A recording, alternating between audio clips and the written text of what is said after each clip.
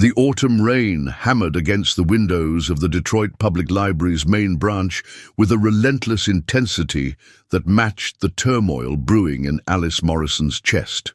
It was October 1973, and the city felt like a powder keg ready to explode. The aftermath of the Pentagon Papers revelation still echoed through American consciousness, while the Watergate scandal dominated every newspaper headline. Trust in government had never been lower, and paranoia seemed to seep through the very walls of institutions that once felt safe and sacred.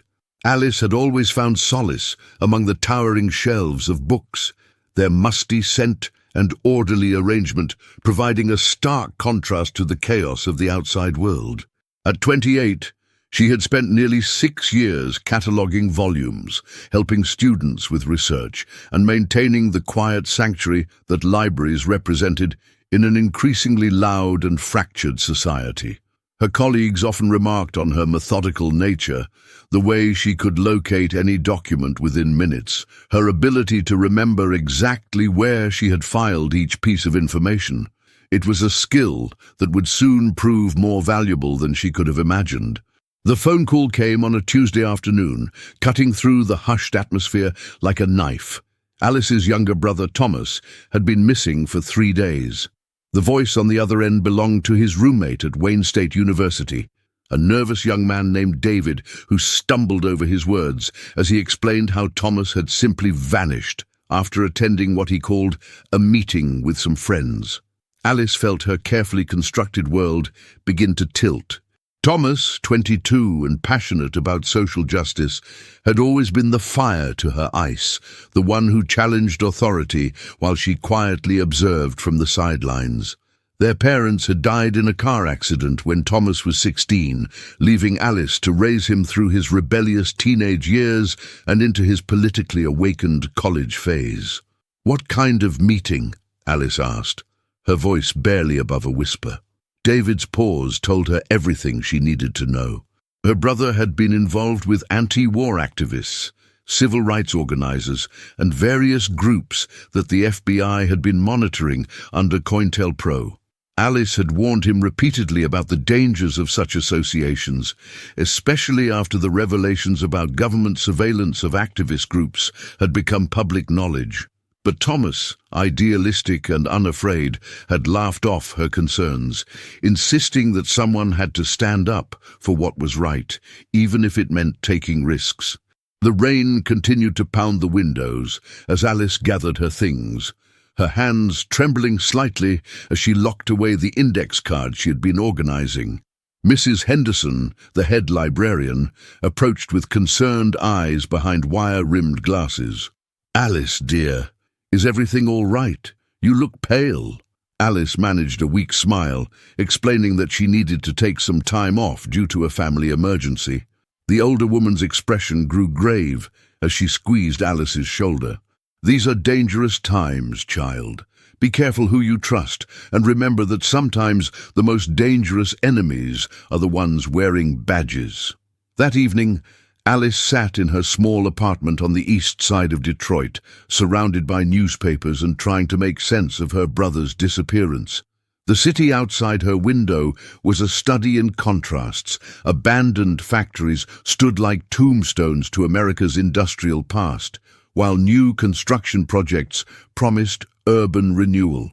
But beneath the surface of progress lurked the tensions that had exploded into the 1967 riots. Tensions that had never fully healed. The relationship between law enforcement and communities remained strained. Trust was a luxury few could afford, and young people like Thomas often found themselves caught between their desire for justice and the harsh realities of a system that viewed dissent as a threat. Alice spread out everything she knew about her brother's recent activities. There were flyers for anti-war demonstrations, copies of underground newspapers with articles about government corruption, and a notebook filled with his passionate scribblings about civil rights and social reform. One entry caught her attention. "Meeting JR tomorrow night. Says he has information about surveillance operations targeting student groups. Could be big." The date was 3 days ago, the night before Thomas disappeared. The apartment felt suffocating as Alice realized the magnitude of what she was facing. This wasn't simply a case of a college student going off on an adventure or losing track of time. The political climate of 1973 America was charged with suspicion and fear. The FBI's COINTELPRO operations had been exposed, revealing years of illegal surveillance, infiltration, and harassment of civil rights leaders, anti-war activists, and other dissidents. Students were disappearing, activists were being arrested on trumped-up charges, and families were being torn apart by the machinery of a government that seemed to view its own citizens as potential enemies. As midnight approached, Alice made a decision that would change her life forever. She would not wait for authorities to find her brother, especially when those same authorities might be responsible for his disappearance. She would not accept the bureaucratic runarounds and official denials that she had read about in similar cases. Thomas was her responsibility, her family, her world. If the system had failed him, then she would have to step outside the system to bring him home. The quiet librarian who had spent years organizing other people's stories was about to write the most dangerous chapter of her own life. The rain finally stopped as Alice began to pack a small bag, her mind already working through the methodical approach she would need to take. She had skills that could serve her well in this new reality, an ability to research, to organize information, to remain calm under pressure, and to think logically through complex problems. But she also knew she couldn't do this alone.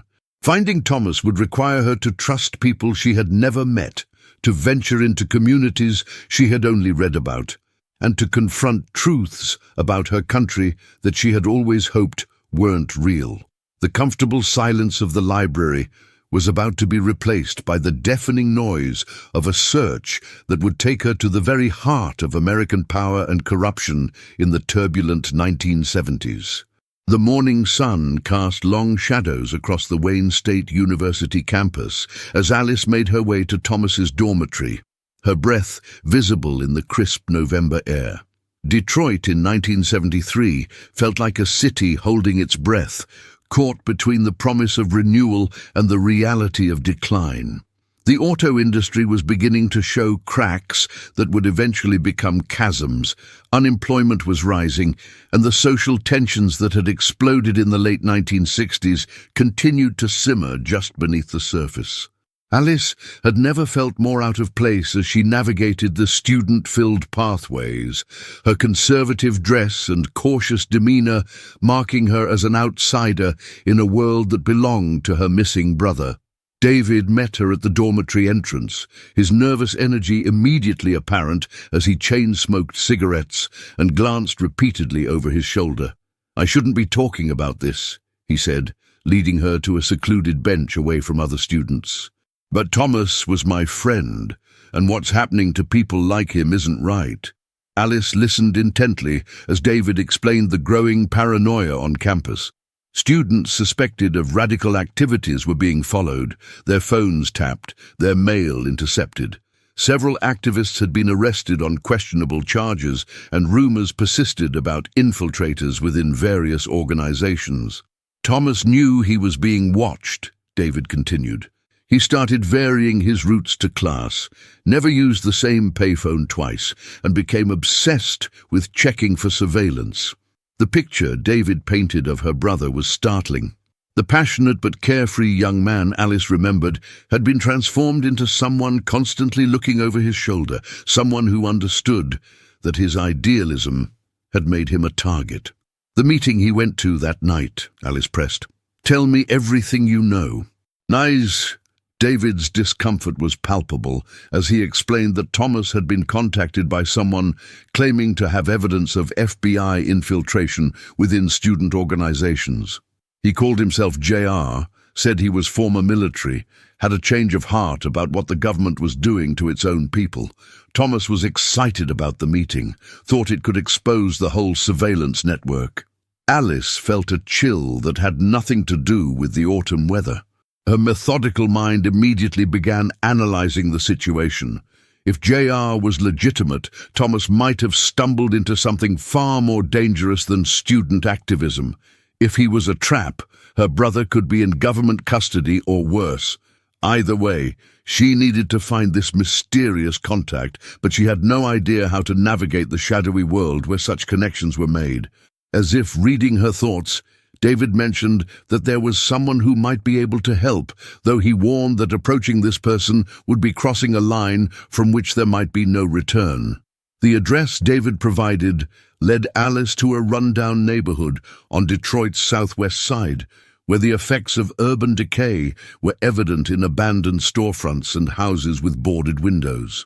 The Vietnam Veterans Against the War office occupied a cramped second-floor space above a used bookstore, its walls covered with protest posters and photographs of young men who had seen too much. Alice climbed the narrow stairs, her heart pounding as she realized she was about to enter a world she had only read about in newspapers, a world her government considered dangerous and subversive.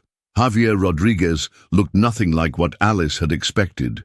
Sitting behind a battered desk covered with paperwork and coffee-stained documents, he appeared to be in his early 30s, his dark hair already showing traces of grey at the temples. His brown eyes held a weariness that seemed far older than his years, and when he looked up at Alice's entrance, she saw both intelligence and deep sadness reflected there.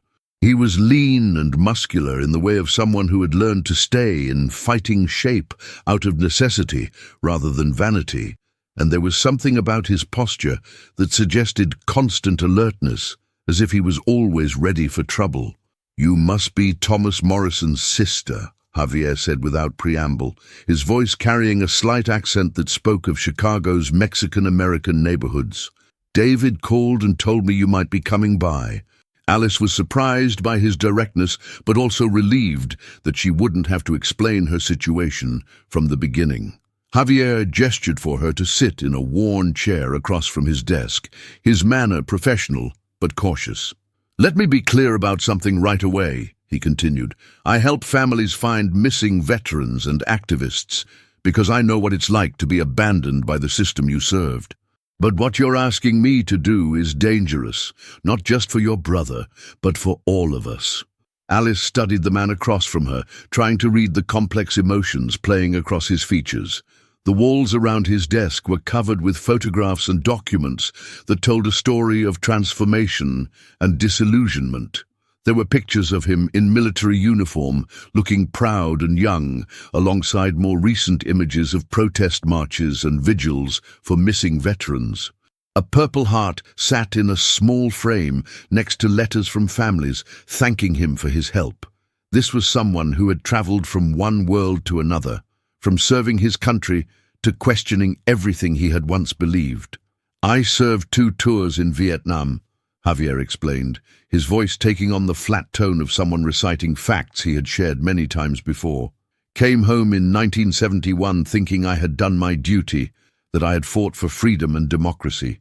It didn't take long to realize that the same government that had sent me halfway around the world to fight communism was using similar tactics against its own citizens right here at home."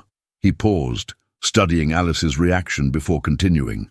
"I've seen what happens to people who ask too many questions, who try to expose uncomfortable truths.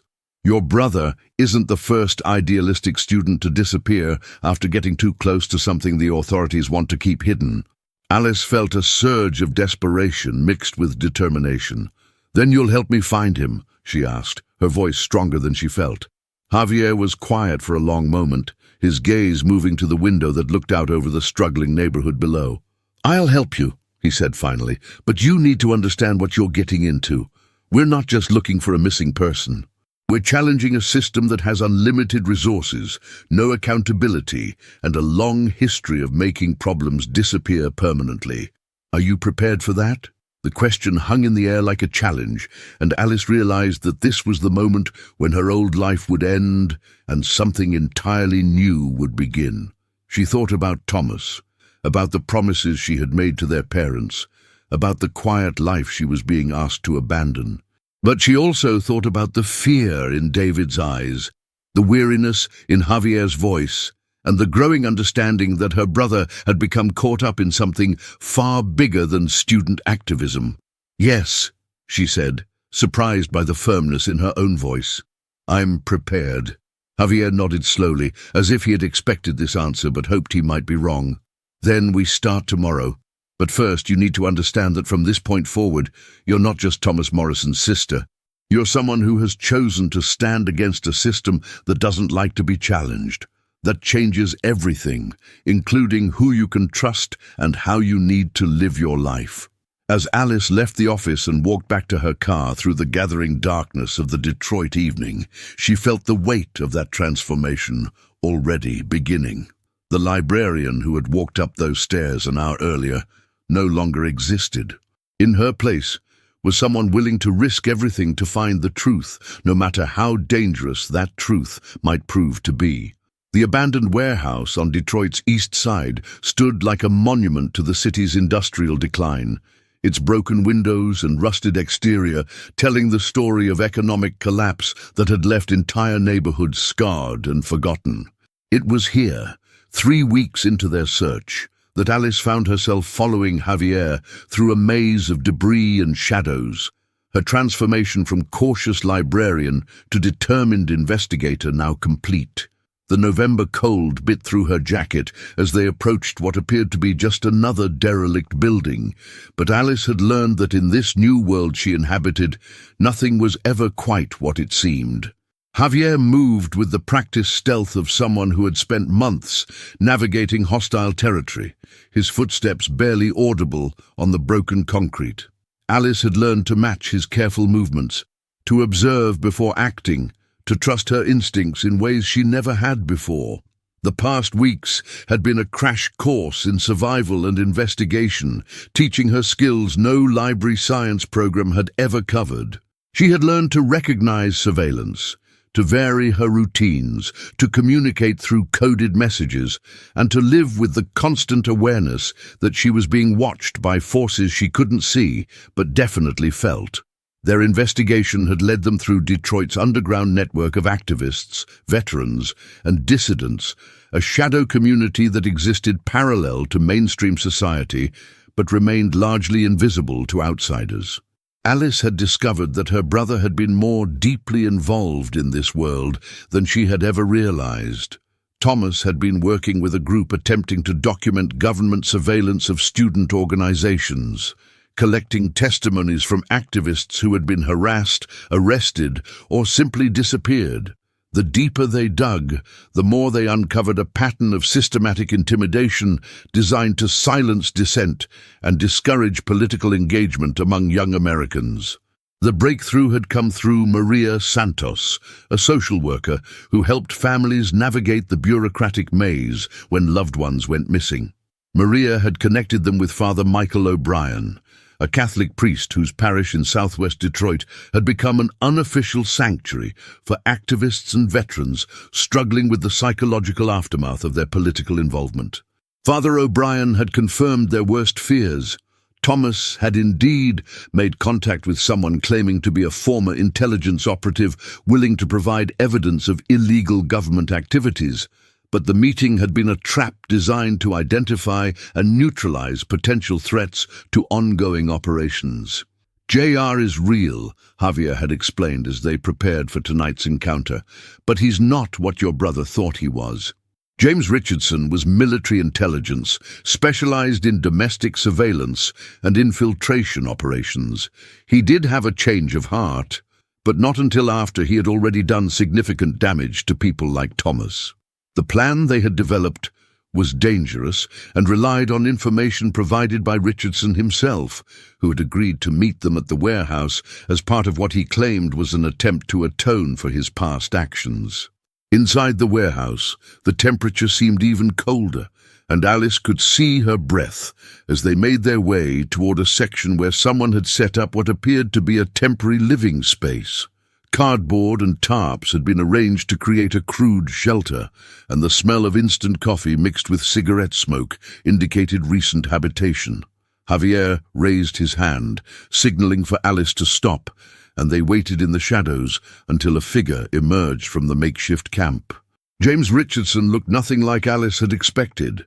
Instead of the clean-cut government operative she had imagined, she saw a man who appeared to have been living rough for months. His clothes were worn and dirty, his hair unkempt, and his eyes held the haunted look of someone carrying unbearable guilt. He was perhaps 40 years old, but stress and exhaustion made him appear much older. When he spoke, his voice carried the flat accent of the rural Midwest, and his hands shook slightly as he lit another cigarette from the stub of his previous one. "I've been hiding in places like this since I walked away from the operation 6 months ago," Richardson began, his words coming in nervous bursts punctuated by long drags on his cigarette. "Your brother stumbled into something much bigger than student surveillance. The program I was part of wasn't just watching activists. We were actively disrupting their organizations, creating internal conflicts, and when necessary, removing key individuals who posed significant threats to ongoing operations." Alice felt her stomach tighten as Richardson confirmed what she had begun to suspect, but hoped wasn't true. Richardson explained that he had been tasked with infiltrating various anti-war and civil rights groups throughout the Midwest, using his military background and apparent disillusionment to gain trust within activist communities.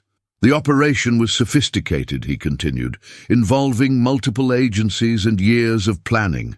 We had files on thousands of students, detailed psychological profiles, information about their families, their weaknesses, their fears. Thomas had become a person of interest because of his ability to organize and inspire others, but also because his research was getting too close to exposing the full scope of what we were doing." The most devastating revelation came when Richardson described the night Thomas disappeared. "I was ordered to make contact and arrange a meeting, supposedly to provide him with evidence of surveillance activities. The plan was to determine exactly what he knew and who he had shared information with, then eliminate him as a threat to ongoing operations." Richardson's voice broke as he continued. "I went through with the initial contact, but when I saw how young he was, how genuinely committed to justice, I couldn't follow through with the rest. I warned him that the meeting was a trap, told him to run and hide, but it was too late. Other operatives were already in position." Alice felt the world spinning around her as she processed this information. Her brother hadn't disappeared randomly or been arrested through normal channels. He had been specifically targeted by a coordinated operation designed to neutralize threats to government activities that themselves were illegal and unconstitutional. "Where is he now?" she asked, her voice barely above a whisper. Richardson's expression grew even more pained as he stubbed out his cigarette and reached for another. "That's what I've been trying to find out," he replied. "There are several facilities where people like Thomas are taken, places that don't officially exist, and where normal legal protections don't apply. Some are temporary holding locations where subjects are interrogated and processed.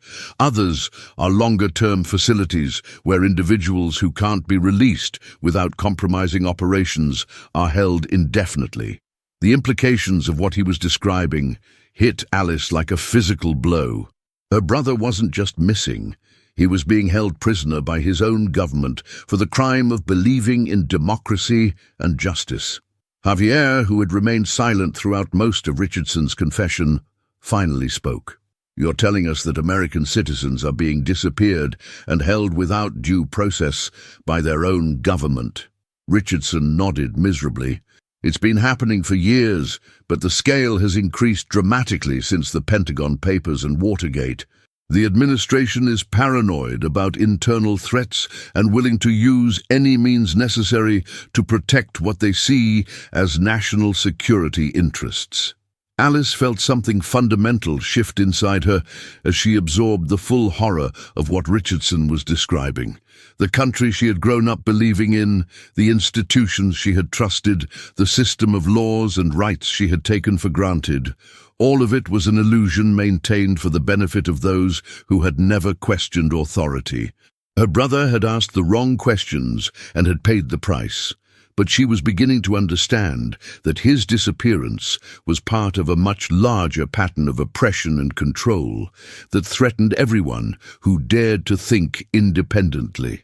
As Richardson provided them with locations and contact information that might help them continue their search, Alice realized that finding Thomas was no longer just about rescuing her brother. It had become about exposing a system of oppression that was fundamentally incompatible with the values America claimed to represent. The quiet librarian who had entered this warehouse was gone forever, replaced by someone willing to fight a war she had never wanted to acknowledge was being waged against people like her brother. People like herself, people who believed that democracy meant more than just casting votes in elections that might themselves be meaningless. The safe house in suburban Cleveland represented everything Alice had never expected to find herself part of, a network of resistance operating in the shadows of American society, sustained by people who had discovered that their government viewed them as enemies rather than citizens.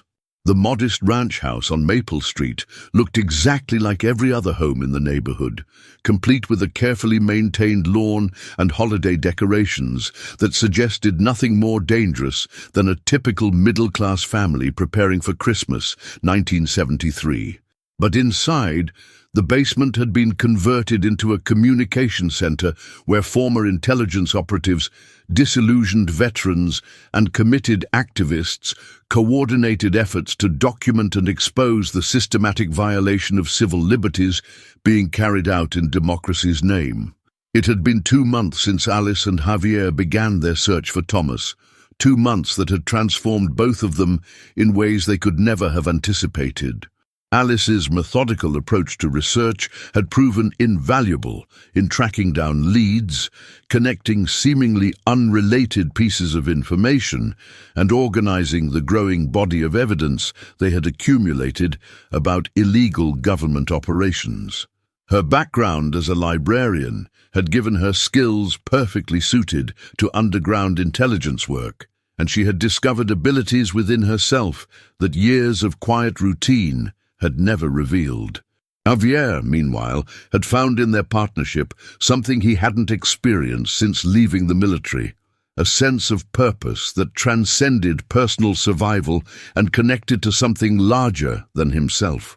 The breakthrough they had been hoping for came through Sarah Kovac, a former State Department analyst who had resigned in protest after discovering the scope of domestic surveillance operations. Sarah had maintained contacts within the intelligence community, and through careful cultivation of these relationships, she had been able to confirm Thomas's location and current status. "He's being held at a facility in rural Pennsylvania," Sarah explained, her voice tight with anger and frustration. "It's officially a federal research installation, but it's actually a black site where people who can't be processed through normal legal channels are held for extended interrogation and psychological evaluation." The news was both a relief and a new source of terror for Alice. Thomas was alive, but he had been in government custody for over 2 months, subjected to interrogation techniques that Richardson had described as designed to break down psychological resistance and extract information about activist networks. "The program is called cognitive restructuring," Sarah continued, "and it's based on techniques developed for military prisoners of war. The goal isn't just to get information, it's to fundamentally alter the subject's worldview and eliminate their potential to inspire or organize others in the future." Alice felt sick as she processed the implications of what Sarah was describing. Her brother wasn't just being held prisoner, he was being systematically broken down and rebuilt to eliminate the very qualities that made him who he was. His passion for justice, his ability to inspire others, his fundamental belief in human dignity and democratic values, all of it was being targeted for destruction by professionals who had turned psychological manipulation into a science. "How long can someone survive that kind of treatment?" Alice asked, dreading the answer. Javier answered before Sarah could respond, his voice carrying the weight of personal experience. "I've seen what extended psychological pressure can do to strong people," he said quietly. "The human mind can endure incredible trauma, but it can also be permanently damaged by sustained assault on core beliefs and identity. Every day Thomas remains in that facility, he becomes less likely to fully recover, even if we manage to get him out." The urgency of the situation was clear, but so was the magnitude of the challenge they faced. The facility where Thomas was being held was essentially a small fortress, protected by multiple layers of security and staffed by personnel who had no accountability to civilian oversight or normal legal processes. Any attempt to rescue him would require resources and coordination far beyond what their small group could provide, and the risks of exposure were enormous. Even if they succeeded in getting Thomas out, they would all become fugitives from a government that had already demonstrated its willingness to disappear inconvenient citizens. Sarah had a proposal that was both their best hope and most dangerous option. "There's a congressional aide named Jennifer Walsh who's been quietly investigating reports of missing activists and illegal detention," she explained. "She has access to classified information and the potential to expose this entire program, but she needs evidence that can't be dismissed or covered up. If we can document Thomas's case thoroughly enough, if we can provide proof that American citizens are being held without due process and subjected to psychological torture, it might force congressional action." The plan they developed over the following days was complex and required everyone to take enormous personal risks. Alice would return to Detroit and continue her normal routine while secretly gathering documentary evidence about Thomas's disappearance and the broader pattern of surveillance and detention. Javier would work with his veteran networks to identify other missing activists and build a comprehensive database of cases. Richardson, despite the danger to himself, would reach out to former colleagues who might be willing to provide inside information about the program's scope and operations. Meanwhile, Sarah would establish contact with Congressman Walsh and begin preparing for eventual testimony that could expose the entire operation. The timeline was critical because they had learned that subjects in the cognitive restructuring program were typically held for 6 to 12 months before being either released with severely damaged psychological states or transferred to long-term facilities where they disappeared permanently. Thomas had already been in custody for 2 months, giving them a narrow window to act before it became too late to save him. As Alice prepared to return to Detroit and resume her cover as a grieving sister seeking her missing brother through official channels, she reflected on how completely her life had been transformed. The quiet librarian who had answered that first phone call about Thomas's disappearance no longer existed, replaced by someone who understood that the comfortable illusions of American democracy were luxuries available only to those who never questioned the system or challenged its authority.